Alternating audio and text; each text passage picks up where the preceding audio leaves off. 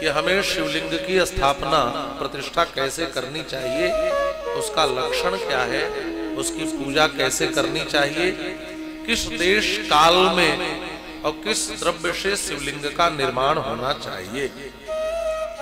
तो श्री सूत जी महाराज यहां पर बता रहे हैं कि शिवलिंग दो प्रकार से प्रतिष्ठित होता है, एक चल के रूप में, एक अचल के रूप में।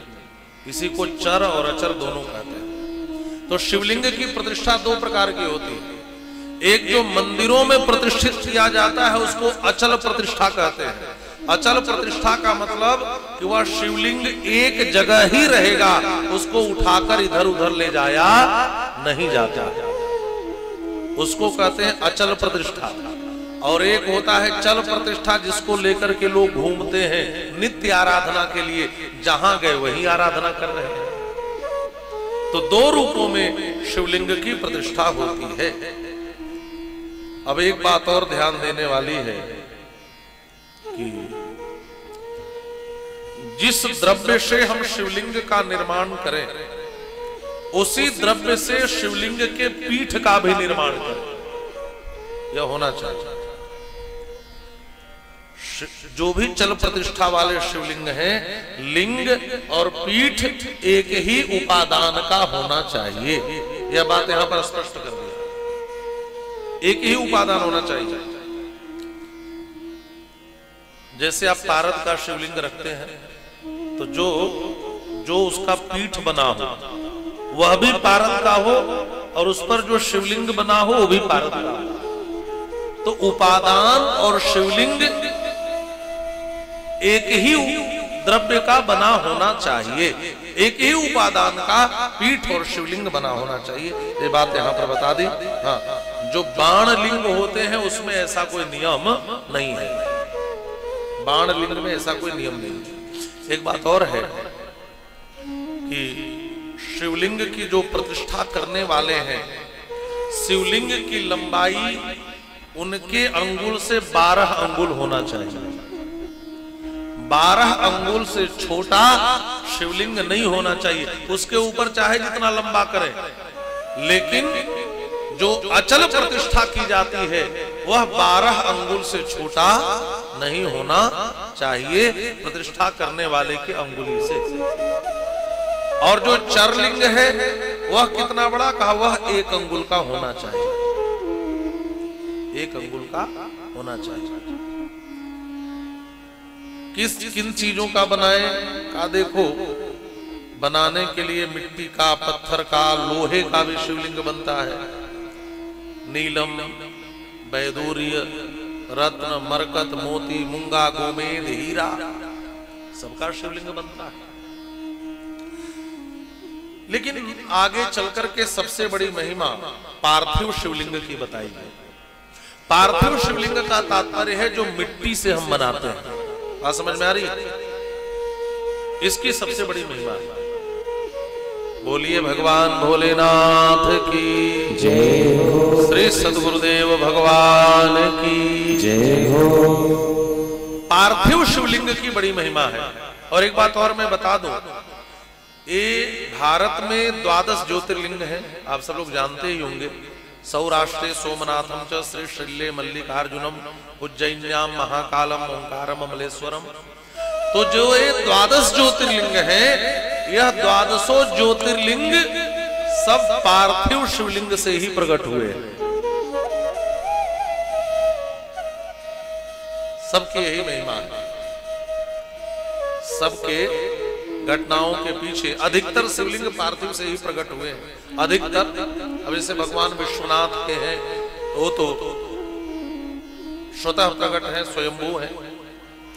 काशी में जो विश्वनाथ विराजित हैं, और जो और शिवलिंग की कथाएं हैं, हाँ सारे तो नहीं, अधिकतर शिवलिंग पार्थिव शिवलिंग से ही प्रकट हुए हैं। अधिकतर जो ज्योतिर्लिंग की प्रतिष्ठा है, इसकी कथा विस्तार से 9वें दिवस आएगी, वहीं पर मैं सुनाऊंगा। अब इसकी विवेचना में ज्यादा नहीं जाना है। षोडशोपचार पूजन करें। यदि स्वयं न करने आए तो किसी ब्राह्मण को बुला करके पूजन करवाए। इसके अनंतर पंचाक्षर मंत्र के जप की बड़ी महिमा बताई गई। ओम नमः शिवाय, यह पंचाक्षर मंत्र है, इसके जप की बड़ी महिमा है। लेकिन विधियां यहां बहुत सी बताई गई, बस एक बहुत सरलतम विधि है, मैं वो आपको बता रहा हूं। 1000 मंत्र का जप यदि 1000 दिन तक आप नित्य कर दें तो आपको शिव पद की प्राप्ति हो जाएगी। शिव पुराण की कथा इस बात को स्पष्ट कर रही है और मुझे लगता है सबसे सरल है।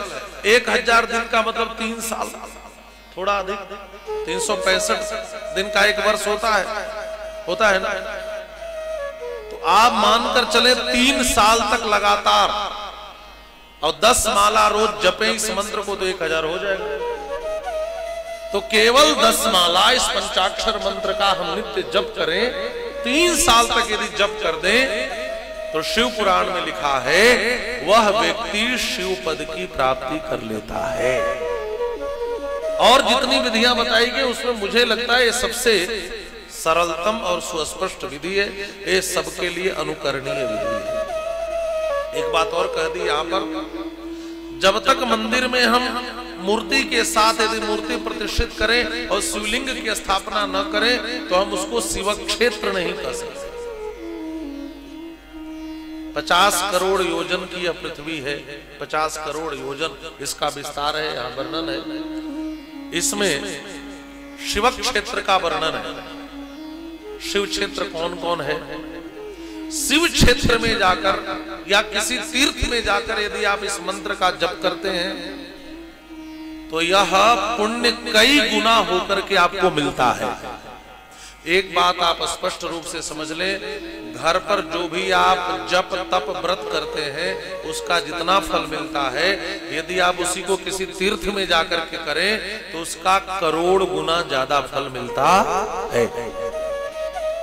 इसीलिए लोग पवित्र तीर्थों का आश्रय लेते हैं। लेकिन एक बात और यहां पर जोड़ दी कि तीर्थ में किया गया पुण्य करोड़ गुना होकर मिलता है तो तीर्थ में किया गया पाप भी करोड़ गुना हो जाता है और उसका दंड भी करोड़ गुना मिलता है। इसलिए सावधान भी रहना, तीर्थ में किया गया पुण्य भी करोड़ गुना होता है तो पाप भी करोड़ गुना होता है। जो करोगे उतना गुना हो जाएगा। तो तीर्थ में जाकर कभी कोई पाप न हो जाए इसका ध्यान जरूर रखना।